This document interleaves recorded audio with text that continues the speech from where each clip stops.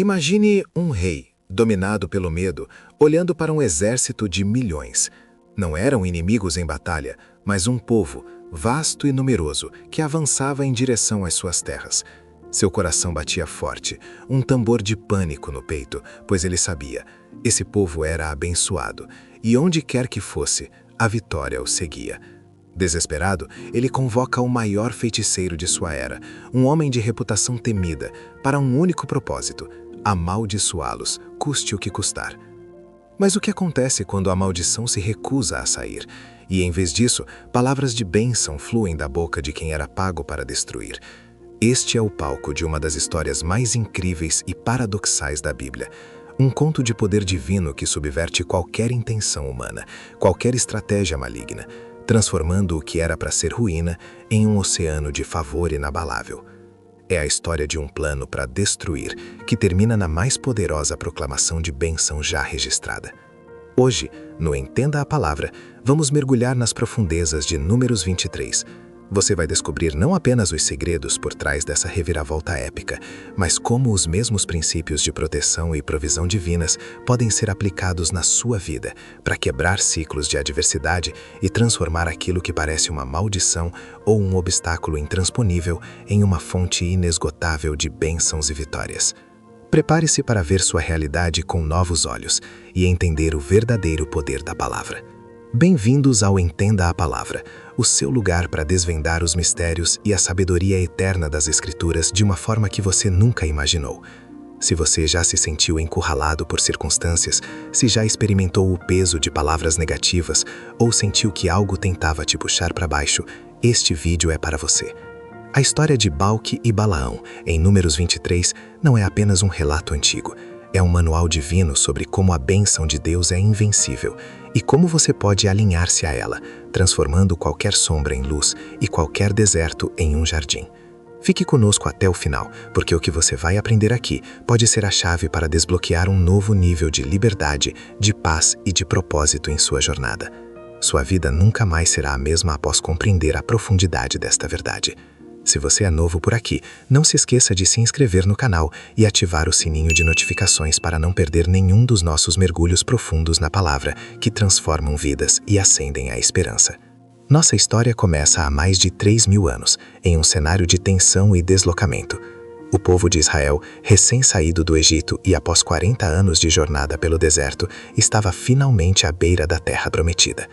Imagine a cena. Milhões de pessoas, acampadas nas planícies de Moabe, um espetáculo grandioso e, para os olhos humanos, intimidante. À frente deles, a promessa de Deus, atrás as memórias de milagres e provisão. Mas para os moabitas e para o seu rei Balque, aquele cenário era aterrorizante. Balque, o rei de Moabe, era um homem consumido pelo medo. Ele via o povo de Israel que havia acabado de derrotar os amorreus como uma ameaça existencial. Ele os descreveu como uma nuvem de gafanhotos que devoraria tudo em seu caminho. Essa imagem, tão viva e carregada de desespero, revela a profundidade de seu terror. Não era uma questão militar para Balque. Ele sabia que não poderia confrontar Israel em campo aberto. Ele precisava de uma arma diferente, uma arma espiritual, capaz de enfraquecer e destruir o inimigo sem derramar uma única gota de sangue moabita. Era nesse contexto que entra em cena uma figura enigmática, um personagem controverso, Balaão. Quem era Balaão? Não era um profeta de Israel, mas de Petor, na Mesopotâmia. Sua reputação, no entanto, transcendia fronteiras. Ele era conhecido como um adivinho poderoso, um homem cujas palavras tinham um peso sobrenatural.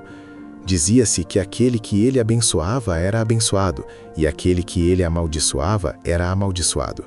Essa crença no poder de Balaão não era exclusiva de Balque, ela era difundida. Ele era, em essência, um mercenário espiritual, um consultor sobrenatural cujos serviços eram valiosos para reis e nações. Para Balque, Balaão era a última esperança, a peça que faltava para virar o jogo. A primeira iniciativa de Balque foi enviar mensageiros com presentes valiosos, o que a Bíblia chama de honorários da adivinhação, para contratar os serviços de Balaão. A proposta era clara: venha e amaldiçoe este povo, Israel, para que eu possa derrotá-lo. Balaão, interessado, buscou a Deus, mas a resposta foi imediata e categórica: não irás com eles, nem amaldiçoarás o povo, porque é bendito. Imagine a perplexidade de Balaão. Ele, que vivia de seu poder de amaldiçoar e abençoar, recebe uma ordem divina que o proíbe de exercer sua arte justamente contra quem ele é pago para fazê-lo. É um prenúncio do que estava por vir, um sinal de que algo maior estava em jogo. Balaão, a princípio, obedeceu. Ele informou aos mensageiros de Balque que Deus o havia proibido. Mas Balque era um rei persistente, cego pelo medo. Ele enviou príncipes ainda mais importantes, com ofertas ainda mais tentadoras, elevando a pressão ao máximo. Não te recuses a vir a mim, disseram eles, porque te honrarei grandemente e farei tudo o que me disseres. Vem, pois, e amaldiçoa-me este povo. É aqui que o contraste emocional se torna evidente. A riqueza e a honra prometidas a Balaão eram imensas, uma tentação quase irresistível. E Balaão, mesmo sabendo da vontade de Deus, hesitou. Ele novamente consultou a Deus. Esta segunda vez, Deus permitiu que ele fosse, mas com uma condição explícita. Mas farás somente o que eu te disser. Uma restrição clara, uma corda invisível amarrando suas ações e, mais importante, suas palavras.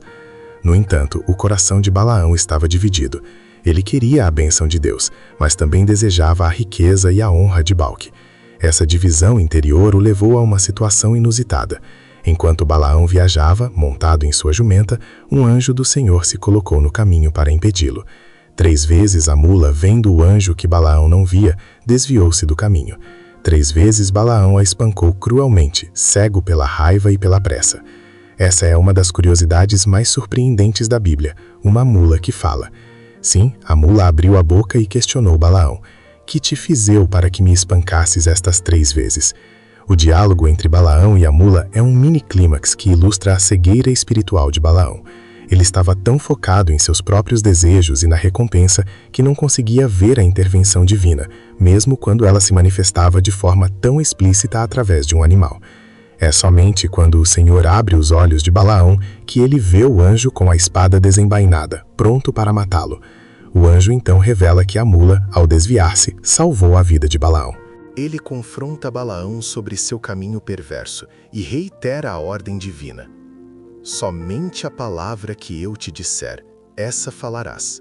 Aqui reside uma poderosa lição e uma aplicação pessoal imediata. Quantas vezes em nossa própria vida somos tentados a seguir um caminho que sabemos que não é o de Deus, atraídos por recompensas materiais ou pela aprovação humana? Quantas vezes a voz de Deus tenta nos alertar, talvez por meio de circunstâncias inesperadas, de um conselho de um amigo ou até mesmo de um obstáculo aparente, e nós, em nossa pressa ou ambição, as ignoramos, sem perceber que elas podem estar nos salvando de um perigo maior. A intervenção divina pode vir de onde menos esperamos, e a sabedoria é estar atento e disposto a ouvir, mesmo que venha de uma mula. Balaão, mesmo com sua reputação de adivinho, ainda estava aprendendo que a obediência a Deus supera qualquer desejo pessoal. A pressão externa é poderosa, mas a voz de Deus é soberana. O que Balque não entendia era que ele estava prestes a testemunhar algo que transformaria radicalmente sua compreensão do poder. Chegando a Moabe, Balaão foi recebido por Balque com todas as honras, mas a tensão no ar era palpável. O rei estava ansioso, o profeta sob ordens divinas rigorosas. Balque não queria apenas uma maldição, ele queria uma maldição estratégica, visualmente potente. Ele levou Balaão a diferentes pontos altos, com a intenção de que ele tivesse uma vista melhor do acampamento israelita, como se a distância ou o ângulo pudessem influenciar o resultado da maldição. Era uma crença pagã de que a perspectiva física poderia amplificar o poder da feitiçaria, e a cada novo local, um ritual era preparado. Para a primeira tentativa, Balque levou Balaão até Bazã, um alto monte, de onde se podia ver parte do povo de Israel. Ali, Balaão instruiu Balque a construir 7 altares e a oferecer 7 bois e 7 carneiros em sacrifício em cada um deles. O número 7 na Bíblia é frequentemente associado à perfeição e à totalidade. Era um ritual grandioso, meticulosamente planejado para invocar os poderes das trevas e assegurar a maldição. Balque observava expectante, com a respiração suspensa, o coração cheio de esperança maligna. Os sacrifícios eram feitos, o cheiro de incenso e carne queimada subia aos céus, e Balque aguardava as palavras devastadoras. Então Balaão se retira para um lugar solitário, dizendo que o Senhor viria ao seu encontro. Balque o esperava ao lado dos sacrifícios. É um momento de silêncio dramático, uma pausa antes da revelação. A expectativa de Balque era que Balaão voltasse com palavras de fogo e destruição. Mas quando Balaão retornou, suas palavras foram um choque. O que ele proferiu não foi uma maldição, mas uma bênção, e uma bênção poderosa. Em Números 23, versículos 7 a 10, Balaão declara: Como amaldiçoarei a quem Deus não amaldiçoou? E como denunciarei a quem o Senhor não denunciou? Porque do cume das rochas o vejo, e dos outeiros o contemplo. Eis que este povo habitará só, e não será contado entre as nações. Quem contará o pó de Jacó, ou o número da quarta parte de Israel? Morra eu a morte dos justos, e seja o meu fim como o seu. Imagine a ira de Balque. Ele havia gasto fortunas, realizado rituais complexos, e o homem que ele contratara para amaldiçoar havia, na verdade, abençoado o povo, e de forma exuberante. Balque confronta Balaão: Que me fizeste? Para amaldiçoar os meus inimigos te trouxe, e eis que os abençoaste inteiramente. A voz de Balque provavelmente carregava frustração, desespero e uma ponta de traição. A primeira tentativa de Balque falhou miseravelmente, não porque Balaão não tivesse poder, mas porque um poder maior o havia silenciado e direcionado. Aqui está uma curiosidade. Na cultura antiga, o poder da palavra falada era imenso. Acreditava-se que uma bênção ou uma maldição proferida tinha o poder de moldar o destino. As palavras de Balaão eram consideradas vinculativas, e é por isso que Balque estava tão desesperado para obtê-las. Mas o que Balque não entendia era que a soberania de Deus superava qualquer magia, qualquer feitiçaria, qualquer encantamento humano. Deus estava protegendo seu povo, não por causa da virtude intrínseca de Israel naquele momento, mas por causa de suas próprias promessas e de sua aliança inquebrável com Abraão, Isaque e Jacó. A bênção sobre Israel era uma questão de aliança divina, não de merecimento humano. Este mini-clímax nos mostra um princípio fundamental. Ninguém pode amaldiçoar quem Deus abençoa. A bênção de Deus não é algo efêmero, é uma força invencível, um escudo impenetrável. Ela não pode ser anulada por rituais pagãos, por palavras de ódio ou por conspirações humanas. A declaração de Balaão sobre Israel habitar só, separado das outras nações, e sua multiplicação incontável, era um testemunho da fidelidade de Deus e de sua distinção para com seu povo.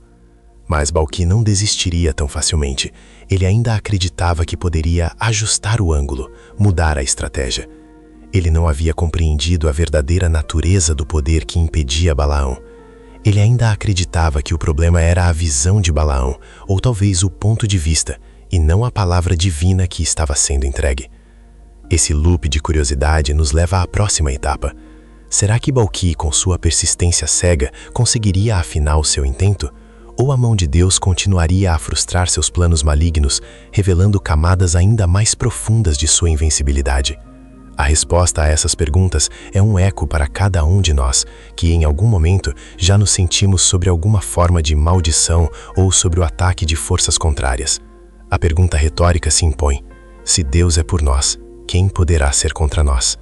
A lição é clara: nossa segurança e nossa bênção vêm de Deus, e quando Ele decide abençoar, não há poder na terra que possa reverter esse decreto. A frustração de Balque era palpável. Seus olhos ardiam de raiva. Ele havia tentado em Bazã, e Balaão, o adivinho contratado, havia abençoado Israel. Contraste emocional. A fúria de Balque versus a aparente passividade de Balaão, que agora se via apenas como um porta-voz, uma marionete nas mãos de um poder muito maior. O rei ainda não conseguia entender que não era uma questão de técnica ou de localização geográfica. Ele acreditava que se mudasse a visão de Balaão, talvez pudesse induzir o profeta a proferir as palavras desejadas. Determinado a não falhar novamente, Balque o levou a outro local, o topo do Pisga, um campo de sentinelas, de onde se podia ver apenas uma parte do acampamento de Israel. Talvez, pensou Balque, se Balaão não visse a totalidade do povo, a magnitude de sua força, ele não seria tão influenciado a abençoá-los. Era uma tentativa desesperada de manipulação visual, um último recurso na mente de um rei apavorado. E mais uma vez, 7 altares foram construídos, 7 bois e 7 carneiros foram sacrificados. O ritual era repetido. A esperança, por mais vazia que fosse, renascia no coração de Balaão. Balaão, como antes, se retirou para receber a palavra do Senhor. Balaão aguardava, o coração talvez batendo mais rápido que da primeira vez, esperando uma mudança, um sinal de que seus esforços finalmente dariam frutos. Mas, novamente, a boca de Balaão se abriu, e o que dele saiu foram palavras que não apenas abençoaram Israel, mas glorificaram a Deus de uma forma ainda mais profunda e impactante. Em Números 23, versículos 18 a 24, Balaão proclama: Deus não é homem para que minta, nem filho de homem para que se arrependa. Porventura diria ele e não o faria, ou falaria e não o confirmaria? Eis que recebi mandado de abençoar, pois ele abençoou e eu não o posso revogar. Não viu iniquidade em Jacó, nem viu perversidade em Israel. O Senhor seu Deus está com ele, e nele se ouve o alarido de um rei. Deus os tirou do Egito, as suas forças são como as do boi selvagem. Certamente não há encantamento contra Jacó, nem adivinhação contra Israel. A seu tempo se dirá de Jacó e de Israel, que coisas Deus tem feito. Eis que o povo se levantará como leoa, e como leão se erguerá, não se deitará até que devore a presa e beba o sangue dos mortos. Essa segunda profecia foi um soco no estômago para Balaão. Não apenas Balaão abençoou, mas ele explicitamente declarou a invencibilidade e a fidelidade de Deus. A frase, Deus não é homem para que minta, nem filho de homem para que se arrependa, é um mini-clímax por si só, uma das declarações mais poderosas sobre o caráter imutável de Deus em toda a Bíblia. Ela serve como a espinha dorsal da fé, uma âncora para a alma. Se Deus prometeu abençoar, Ele o fará. Se Ele falou, Ele o cumprirá. Nenhuma força, nenhum ritual, nenhuma malícia humana pode alterar um decreto divino. Aqui, uma curiosidade intrigante sobre Balaão. Ele era um adivinho pagão, mas de alguma forma tinha acesso a revelações diretas de Yahweh, o Deus de Israel. Essa dualidade entre sua profissão e sua submissão forçada à vontade divina é um plot twist que se desenrola. Ele não estava abençoando Israel por amor, mas porque era compelido pelo Espírito de Deus. Isso demonstra que a palavra de Deus é tão poderosa que pode ser proferida até mesmo por aqueles que inicialmente se opõem a ela. A profecia de que não há encantamento nem adivinhação contra Jacó e Israel é uma garantia divina para todos aqueles que pertencem a Deus. Significa que, quando estamos sobre a cobertura de suas bênçãos e promessas, nenhuma força espiritual maligna, nenhum trabalho de bruxaria, nenhuma palavra de maldição proferida contra nós pode prevalecer. É uma blindagem espiritual. A imagem de Israel se levantando como leoa e leoa é uma metáfora poderosa de força, realeza e vitória inabalável. Balaão estava furioso. Nem os amaldiçoes, nem os abençoes, ele gritou, exausto.